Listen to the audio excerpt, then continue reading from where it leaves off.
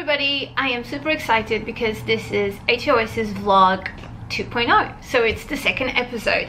And in this episode, I am going to talk to you about this very exciting MENA Trends report that has just launched a couple of days ago. Now, this is a printout of the cover of the report, but the report is available on the houseofsocial.com website, so you can download it and it's free, so you can all have access to it. Now, today's vlog, what I wanted to do is, I'm not going to go through the whole report, obviously, because there's a lot, but what I really wanted is to kind of give you a little bit of an insight on the key trends that we identified and what are some of those outcomes and what can that mean for you when you're thinking about your business and your strategies, either creative or business. Now, you might just bear with me a little bit because I do have some notes here. In the report, I actually printed this out because I thought it would be nicer to have you guys take a look.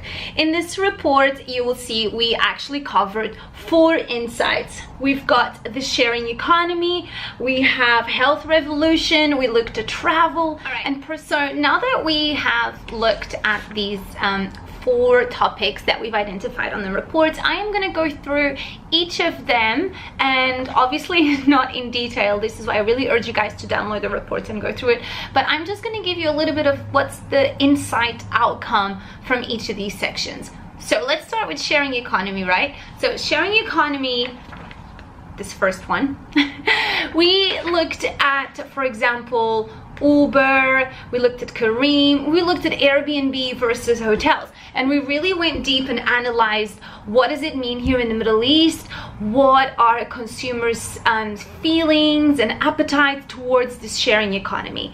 And I'm just looking at my notes because there's a lot of information.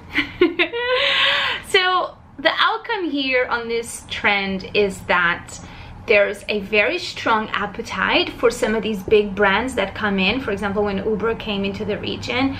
And then what happens is that it starts declining, and it seems that the Middle Eastern consumers tend to have more of an appetite towards being local. So there's more warmth and there's more appetite then to more of the local brands. Or if you're an international brand, that you kind of start acting a little bit more local. But there's a bit of a mix, so there's a bit of a pull from both sides. We get Middle East consumers get really excited about some of these brands, these international brands that are coming into this region, but then it seems that, you know, there's still attachment, or there's still a lot of passion points, passion towards some of the local brands.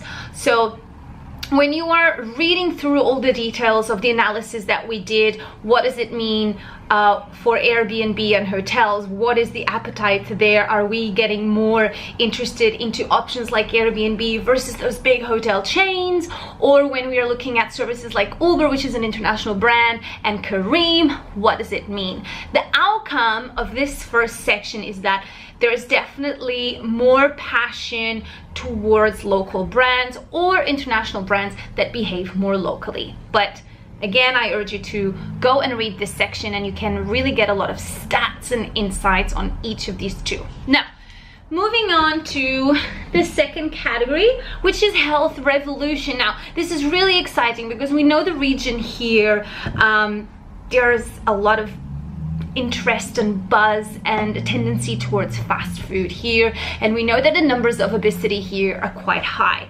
So when we looked at the green revolution, which is what we kind of called it in this section, we asked, is there a green revolution here in the Middle East? And the answer is yes.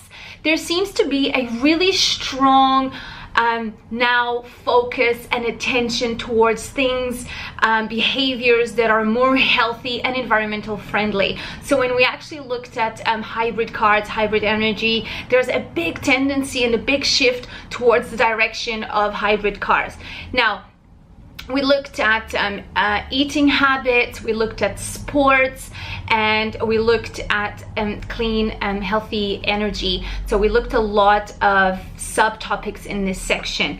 And the outcome of this section really is that Middle East consumers are starting to have a really strong appetite towards more a healthy living. So when we looked at the sports, when we looked at the food, we really identified a ton of insights that shows us that the Middle East consumer is much more interested now in living more sort of green and more healthy, and it's definitely a lot more conscious towards these sorts of living options versus a lot of what we identified in the past few years, where there was still a big appetite towards, for example, fast food, and healthy type of sports were still not trending, and you're going to see that in this section. So healthy living, more healthier choices, this is definitely more prominent now. So if this is a category that your business is in, this is definitely, you know, you've got the insight now that you know that there's an opportunity here to keep doing more and more of this wellness and living healthy. That's section number 2.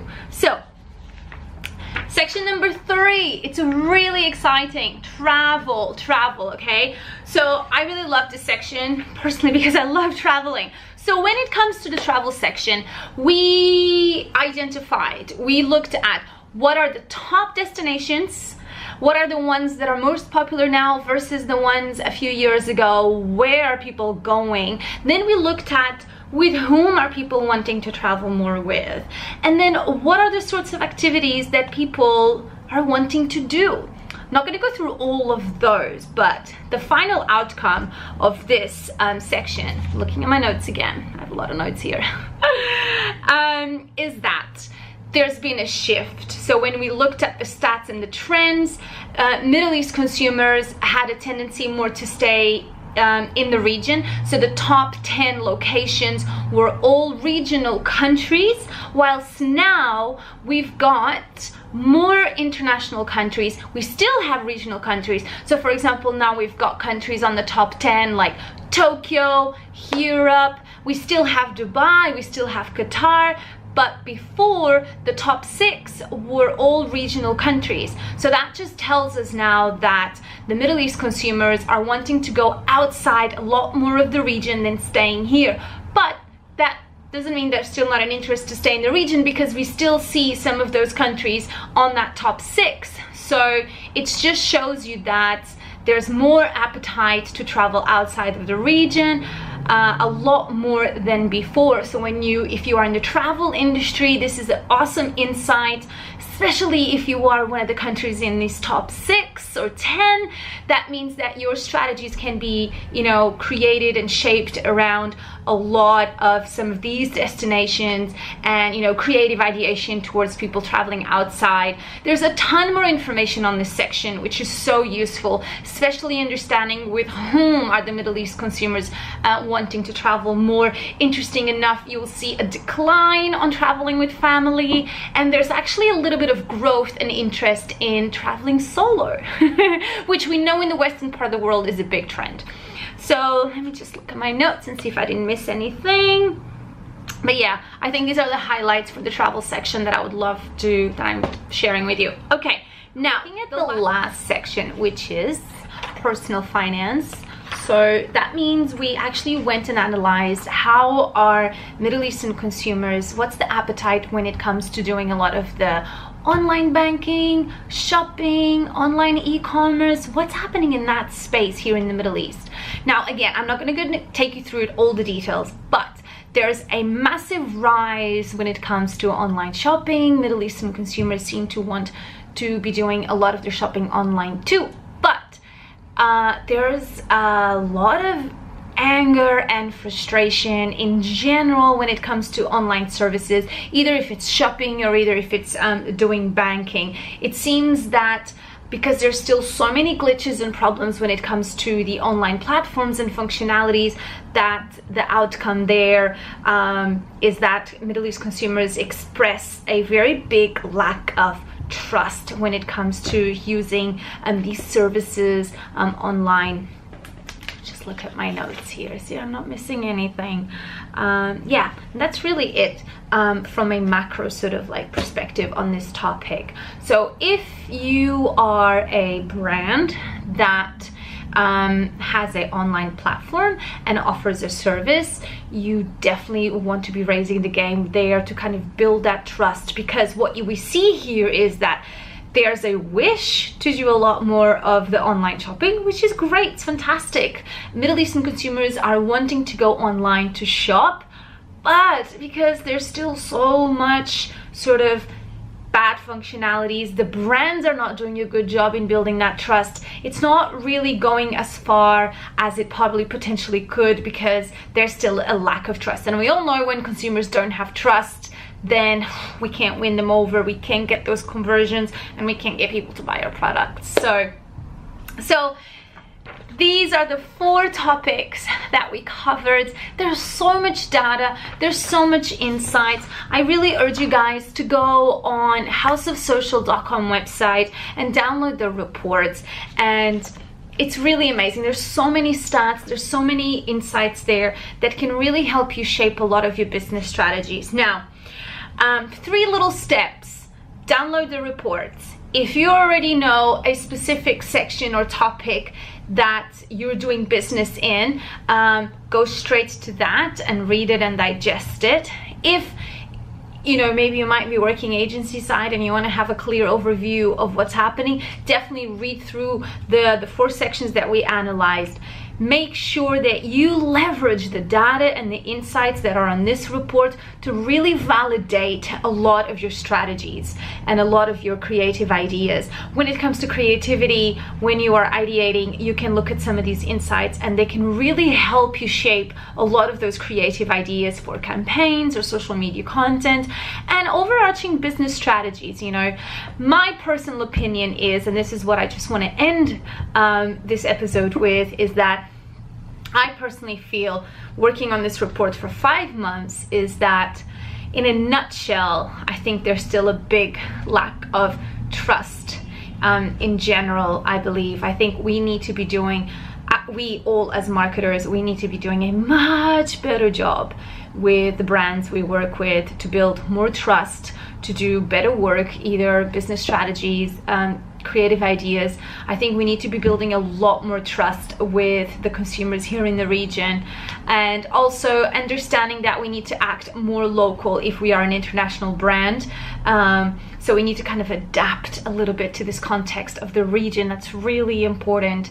So I really think building trust, doing a much better job with how we're doing, how we are behaving as brands with our consumers, and that can be customer service, that can be creative ideas, that can be online. And then the second thing is to really make sure that we are acting a little bit more local, So yes, it's great that we're an international brand and we're coming into the region, but we need to adapt and we need to be in context. With everything to really succeed, context is key. So let's not forget that. So I really hope this episode helped. I would love you guys to leave any comments or questions below if you have them. And if you want to see more of this content, definitely subscribe to my YouTube channel, because that just shows that you want more of these, and I will do more for you, which is so cool. I'm really enjoying making them, which is awesome. So yes, I hope this was super useful, and I can't wait to hear from you.